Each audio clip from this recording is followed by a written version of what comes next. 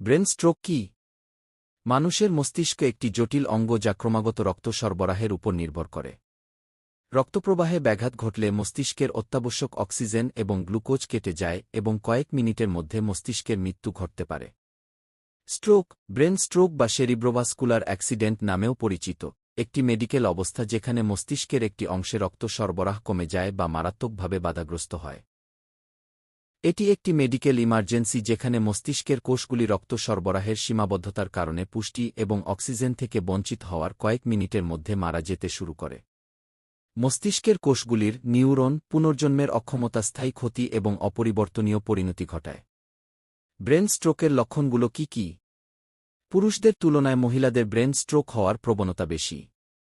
পুরুষ এবং মহিলাদের মধ্যে কিছু সাধারণ লক্ষণগুলির মধ্যে রয়েছে: এক বা উভয় চোখে ঝাপসা, কালো বা দ্বিগুণ দৃষ্টি, কথা বলতে অসুবিধা, কথার ঝাপসা ও বিভ্রান্তি, হাঁটাচলা এবং ভারসাম্য বজায় রাখতে অসুবিধা, বমি বা অজ্ঞান হয়ে হঠাৎ প্রচণ্ড মাথা ব্যথা, আকস্মিকভাবে একতরফা পক্ষাঘাত বা একটি হাত বা পা এবং মুখের অসাড়তা, হাসির সময় ঠোঁট একপাশে নিচু হয়ে যাওয়া, হঠাৎ মাথা ব্যথা।